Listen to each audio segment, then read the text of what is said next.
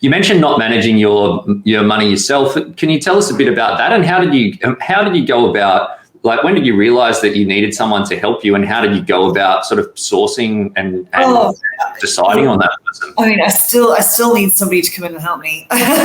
Do you know anyone, Ben? I still need help. I still need, because like every one of us, we're all extremely busy people, and there's so much going on in our own lives that that I'm of the mind of allocating this to somebody who knows what the hell they're doing, because I have learned enough to know that I don't, and that the choices I've made haven't always been, I mean, it's worked out okay, but it could be a lot better.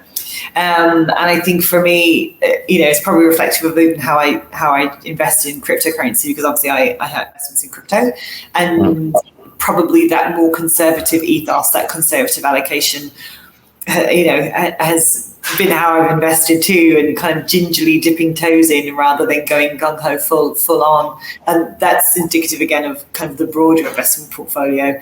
I don't have too much. I mean, I say that, I'm sure for some people cryptocurrency is probably the most risky investment of all, but I'm going to give you a slightly more conservative way. So that would be, I think for me, the biggest investment for me is saving up for a mortgage. I'm trying to get a property here in Melbourne in the short term, and that's been a fun mountain to scale, to try and go from a standing start to a deposit for houses here. It's a fun journey.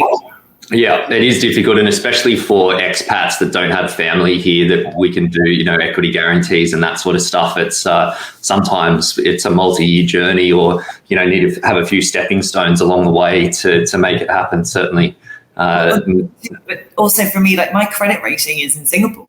I have I've never had a credit card in Australia. I've never had a personal loan or anything in Australia. So trying to then bring that across to here, and I work in crypto. Yes. It's really, really fun. But, I do feel as though that increasingly there is a greater understanding of what it is in terms of the sector that I do, and also a greater, particularly here in Australia, I think, about expats who've spent some time over abroad and coming into the country. So, watch this space.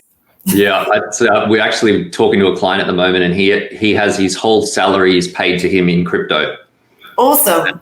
Yeah, so it's in Ethereum, and he said it's interesting that the fluctuations in how much he's getting. Like, he's got a headline salary that they measure it against, but then the variances that happen are pretty wild. I think that sounds a bit freaky for me, but it's an interesting thing to see that's how some people are doing business.